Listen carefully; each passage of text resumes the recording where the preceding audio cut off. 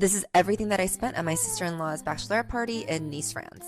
As a disclaimer, we didn't go during peak season. We went in mid-April and also during the weekdays. I arrived in Nice on Sunday afternoon, and the bachelorette party was over on a Thursday. This is definitely not typical, but the people that made it. So there were a total of 9 girls, and the Airbnb ended up being around $2,700, so we each paid around $300. We did have to share rooms, but thankfully no one had to sleep on a couch, and the rooms were very spacious. For my flight to Nice from New York, I spent $457, and this was round trip. We only had scheduled one excursion during the week, and that was a boat tour around the coast, which came out to be around $67 per person, including tip. For Uber back and forth from Nice airport to the Airbnb came out to be around $24 total. For food and drinks that were spent out at restaurants, I spent around $130, and that was just for my portion for that week. For groceries and alcohol at home, we spent around $30 to $40 per person. This is approximate because we haven't gotten those numbers back yet. Not everyone has filled out the splitwise, but my estimate is around $30 to $40. We also took a day trip to Monaco, and the train ticket was around $14.